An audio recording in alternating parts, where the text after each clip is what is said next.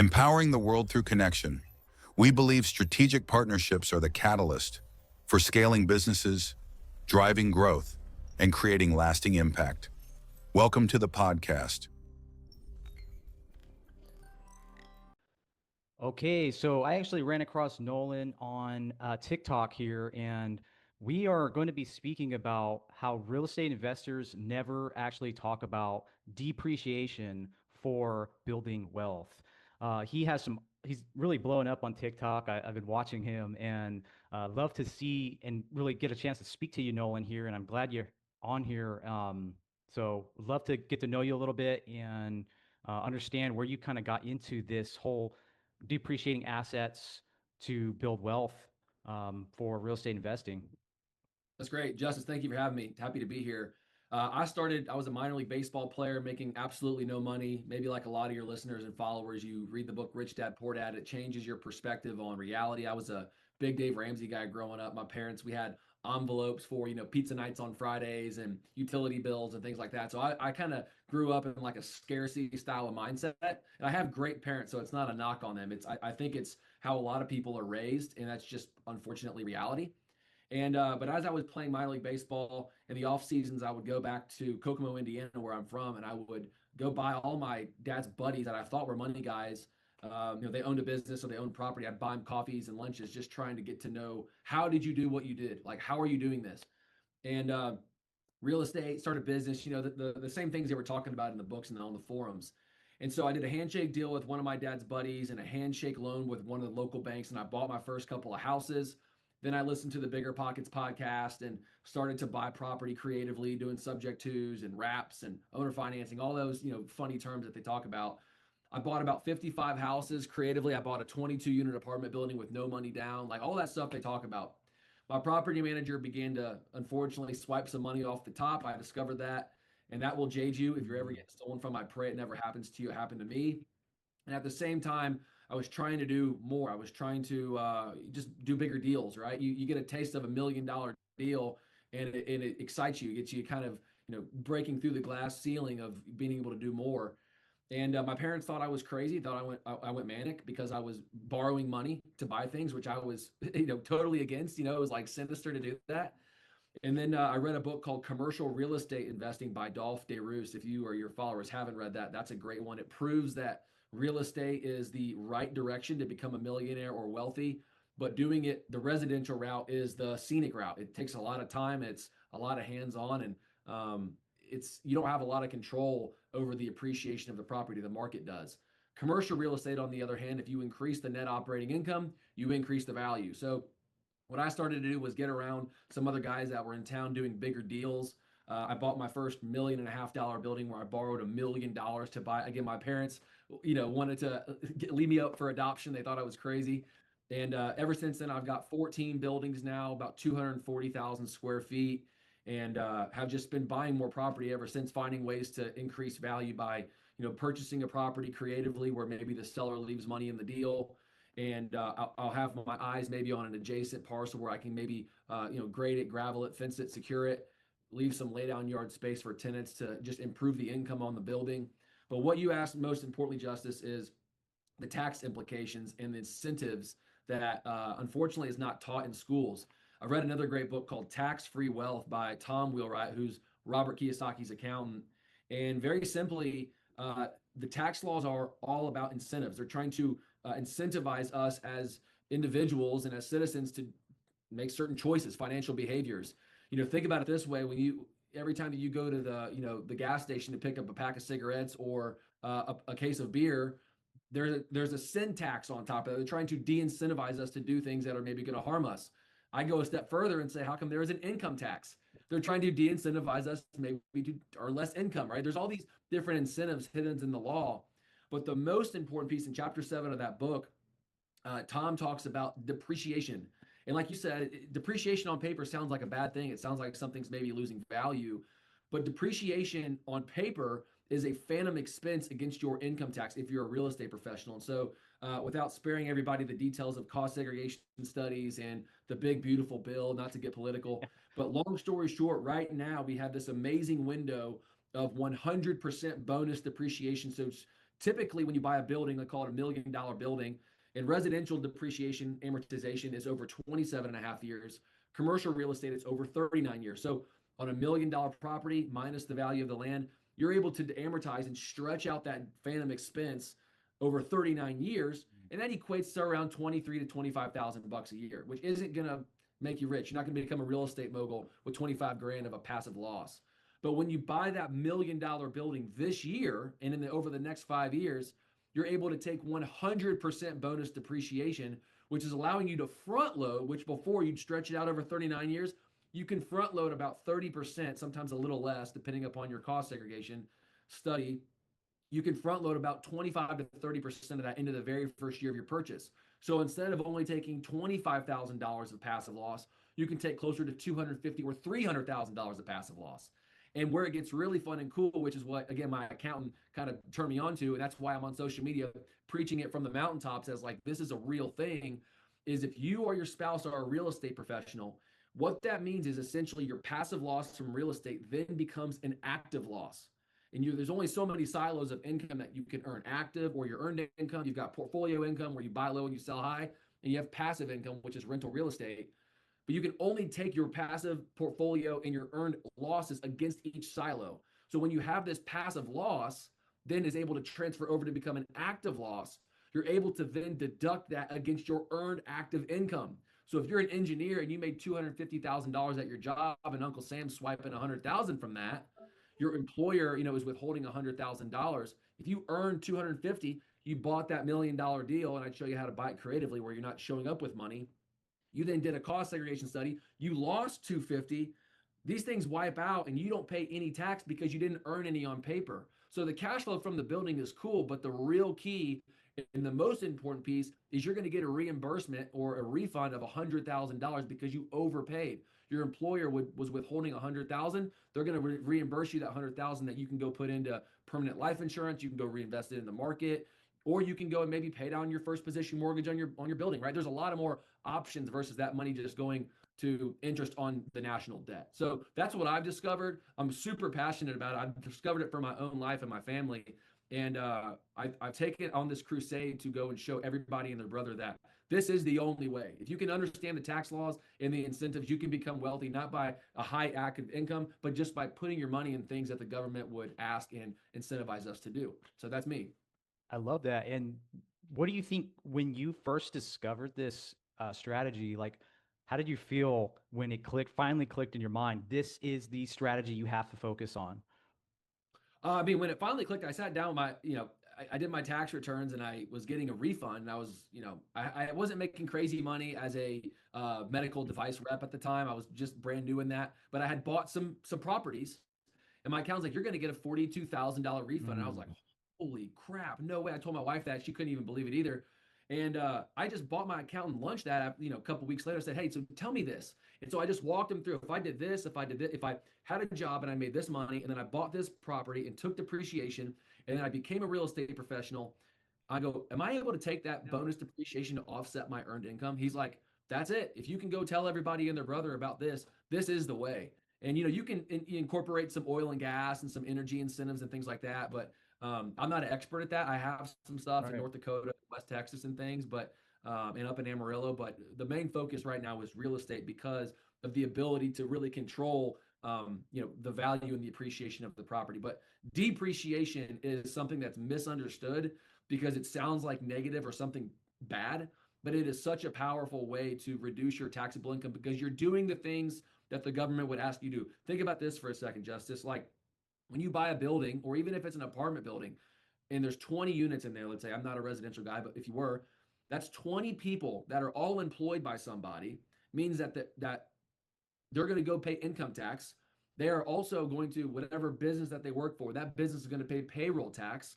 You're paying property tax. So think about this. You're basically stimulating the economy. Without real estate investors like you and I, nothing happens. Think about when something happens to your property, the plumber gets employed. Again, you're going to have to repay the parking lot. You're hiring the guy that does the sludge. You are hiring the electrical company because they have to come out there and run power to your unit. I mean, the investor truly is the one that makes the world go. Without the investor taking the risk, You borrowed money, so you gave a job to a banker. You insured the property, so you gave a job to an insurance agent. I mean, just think about all the things that have to happen because if you, the investor, took the risk, therefore you get all to reap all the rewards as the real estate investor. That's what I discovered. Absolutely. And you're really saying like almost every single person should be investing into these assets. Doesn't I know a lot of people think that you have to do one or the other. You're going to focus on some kind of business career. You're going to invest into real estate. But the reality is you're talking about completely saving money by acquiring these assets. So, and not only that, it's like literally the best time almost in history to do that now. So could you explain that a little bit more? Like, why should everybody invest into these types of properties? Yeah, well, I take it a step further and say a lot of people have a little bit of timidness or fear to invest in something that they Mm, really don't understand or know. I mean, I was the same way, especially getting into commercial, and I think that's probably what the majority of Americans. And that's why they just put money into their 401k or their IRA. They just have mm, somebody else manage it, just because they're too afraid to lose, therefore they can't go out there and win. But there's opportunities and options out there for them to choose and find a way to invest in these opportunities. So for example, there's a thing called a real estate syndication. Maybe your listeners know that, but it's a syndication is simply everybody putting their money into an asset or putting money together and buying something. That's what a syndication is. And you can have sponsors of these deals that manage and do all the work. And you, as a limited partner, have limited liability and you get to earn passive income, which is, and you get the tax benefits of ownership and all those kind of things. So there's ways that you can get into deals without being totally exposed to massive risk. But like you asked, right now is an amazing time to invest in property because of the awesome incentives out there. And look, again, not to be political, President Trump is a real estate guy, so he's probably incentivizing real estate people. He's giving these again more abatements and deductions to this style of investment. But again, it goes back to what I said. The investor is the one at the end of the day that hires people. Again, we're renting real estate out to businesses that are running their business. They're paying people. Those people are finding places to live. So without the investor taking the initial risk, everything else kind of tends to slow down. So the incentive is to keep interest rates low, incentivize real estate syndications by reducing the risk to get into these investments, and then incentivizing them by lowering people's taxes by taking that bonus depreciation deduction. That's been my understanding of the laws and how I'm trying to position myself. yeah, no, when you said that on line, it completely clicked for me. It's like it made total sense. Like for me, I'm always looking for strategies to retain wealth, and hearing that, I'm like, I think everybody should be doing this, honestly. Um, but that being said, let's talk tactical. Like what's going to be the first step if somebody's listening? Let's just do a fun scenario, right? What if somebody doesn't have credit? What if they don't have capital, no track record? Maybe he's a 23-year-old kid on TikTok and he's trying to like I want to buy this, or maybe more importantly, I want to partner with somebody that is also buying this. What is the game plan for them?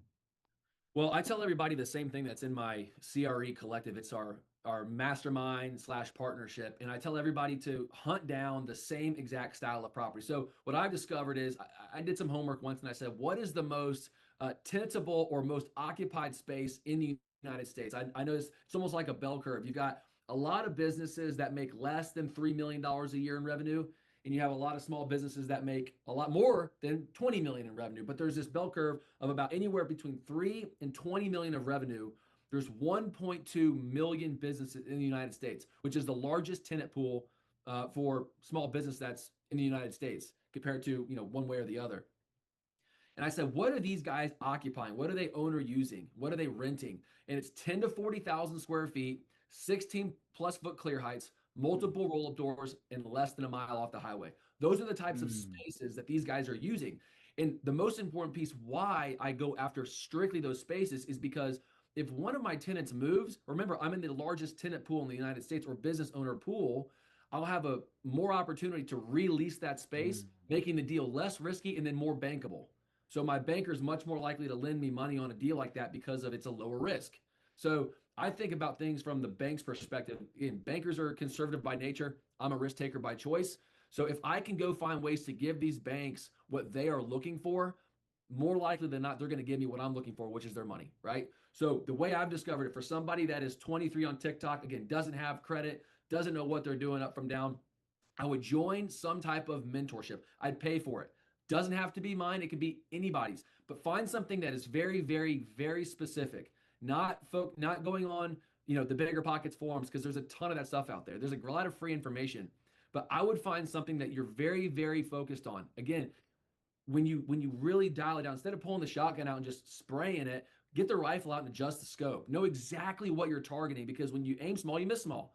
So find something that you're really passionate about. Have a goal in mind, and I'll slow down. But if you can have I'm not even like a space guy, but there's a black hole, and in a black hole, there's a singularity. There's one tiny little point where everything comes together. If you can have a singularity that's so strong to where every day you wake up and that's exactly what you're chasing, for me, it's being at the beach up early before everybody else, and my little girl is drinking a little bottle of milk as I'm working on my computer and she's watching a show. For me, that's my singularity, where it's still quiet, the sun's coming up, and I'm with my little girl, my little boy. Like, to me, that's what I'm chasing every single day.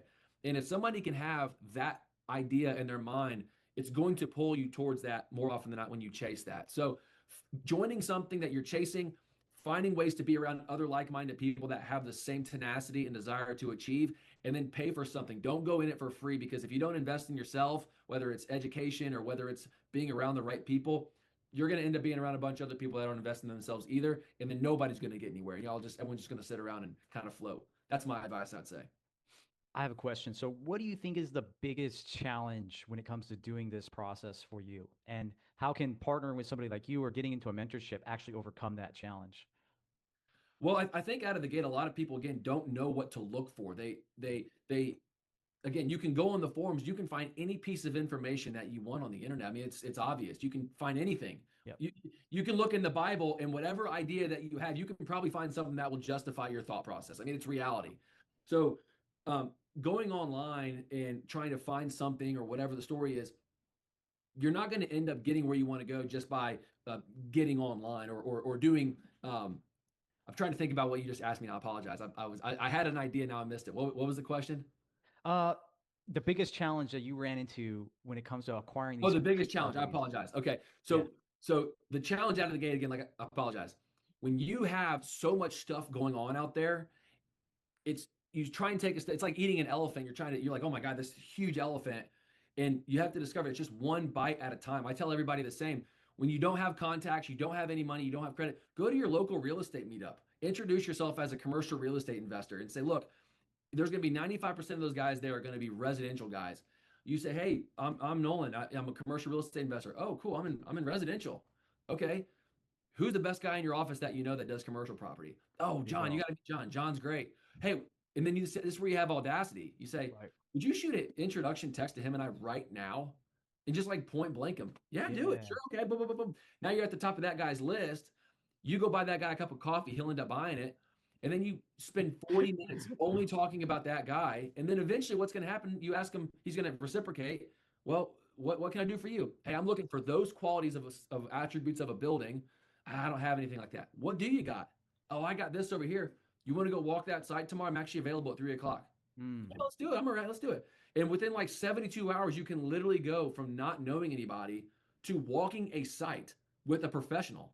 And then that guy's going to know people that have borrowed money in the past. He's going to know other investors that might want to do the deal with you. I mean, it's all about the people that you're with at that point. You're assembling your team. And so if somebody doesn't have two pennies to rub together, they don't have any contacts, they have bad credit, go to your next local real estate meetup and introduce yourself as a commercial real estate investor. Have a little bit of courage and audacity to put yourself out there, because it takes courage getting over that fear of rejection and things. But once you can, you'll discover your confidence and your conviction for what you're trying to purchase and do just absolutely soars through the roof. So I love the conversation about strategic partnerships in order to grow your company, invest into real estate, or really just honestly do anything you want in your life. What is the number one partner that you believe was like crucial to the growth and like strategy that you're doing? And on top of that, what is another partner that you believe that you underestimated, but then you were able to get some kind of deal or something like that? The partner that was crucial out of the gate for me on my first deal was my lending partner. Out of the gate, the money is you got to have money to do deals, and I didn't have a relationship at a local bank. Again, I did a handshake with the guy based on the guy I was the loan officer that closed a loan with me. Did me a favor because I was buying the property from another investor that banked at that bank. So right out of the gate, I did that deal with that bank, fortunately, because of he knew the seller. So it was a handshake deal that way. I mean, I personally guaranteed it, there probably wasn't a lot of meat behind that personal guarantee, but I personally guaranteed it. And then on my commercial deal, I did a deal with the bank. I didn't have a relationship with them, but the current owner of that building had debt with that bank, and they were comfortable with the lease and they were comfortable with the tenant. So they lent me money based upon the existing tenant and the existing lease. And so ever since then, I've just developed more of a relationship with that bank from there and other banks at this point. But the lending relationship out of the gate is really the most important piece. And then to say a partner or a strategic partner that's come along that I wasn't anticipating was, I mean, you have the broker partner. I'd say that too. I mean, we can talk about the accountant and everything with the depreciation, but my broker, I have one broker in town that's become one of my really good friends and a great sales partner for me is Sam Zoldock. Sam has sold me at least 10 buildings. He's sold me 10 properties probably. He knows exactly what I'm looking for. He knows that I'll close. He won't waste my time on anything else. And whenever he sends me something, I think we've closed like 10 of the 11 deals that he sent me because he knows exactly what I'm looking for. He's not wasting my time. And he knows that there's opportunity. He's done all the homework for me, which allows me to focus on raising capital and borrowing money, essentially. I love that. I love the concept. I love your mindset, Nolan, and like everything that you're talking about. I can tell you're extremely passionate about this space. I want to let viewers know and go check you out. Like you're blowing up. Like you're really articulate at this concept. Like where can they go to go find you online or anything like that? Yeah, I appreciate that. We again, I'm on TikTok. I believe my tag handle is the industrial RE investor _ investor. You can find me. Just type my name in, Nolan Sanburn. I'm on YouTube too. If you type me in on Google, you probably find a couple of things about baseball. I played professionally in the past. Washed up now, just a dad and a husband at this point. But I love partnering with people. We have an online mentorship and partnership where we teach people exactly how to buy buildings like this, how to have dialogue, and then when they actually do have a deal tied up, I'll fly out to that city, walk the property with them, and then if they need my help actually closing the deal, I'll partner with them on it. So it's a really fun way for somebody to actually get to the finish line on a deal, and it's also great for me because I'm able to get into a building that I would have otherwise never been able to get into. So it truly is a quid pro quo for both the member and I. So I'm passionate about it. I love waking up every day and going to work and talking with people like you, Jess. I appreciate you invite me on today. You got it. And really quickly to add value to the audience, I do believe you actually have a blueprint to actually help people get their first deal Yeah. done. I saw it. I thought it was great. Nolan, could you explain that just really quickly and where they can go to Got get one that? somewhere. I've got it. I don't know. It's around here somewhere in my office. We'll But drop it in basically, the link. okay, perfect. Yeah, I'll send it to you. Yeah. It's called the acquisition blueprint, and it's all 50 steps that you need to close a real estate transaction. It could be for 50,000, it could be for 50 million, but every step in between on exactly, I mean, everything from once what to look for after that, how to go and retain an attorney, what you need to be looking for, what is a tenant estoppel, how do you actually open escrow, what does earnest money look like? I mean, and it goes through every single step, and I have email templates in there where hey, when you send a global email to your insurance agent and your accountant, your attorney, everything that's on there to help you actually, from a baseball reference, instead of you battling at the plate to get on base, this blueprint will get you on second base and in scoring position already. So you still need to do the work, but now you have an outline and a roadmap on how to actually get you from A to B on a deal. Love that. We'll have that resource in our chat here. And Nolan, it's been a pleasure. And thank you so much for actually coming on board. And hopefully we can speak again soon. I hope so. Yeah, Justice, thanks for the time, man. And I can't wait to help anybody that's out there wanting to do commercial real estate. It's my favorite thing in the world. And hopefully you and I will be doing deals together soon too, okay? Let's do it. Thanks, Nolan. Bye. Awesome. Thanks, Justice.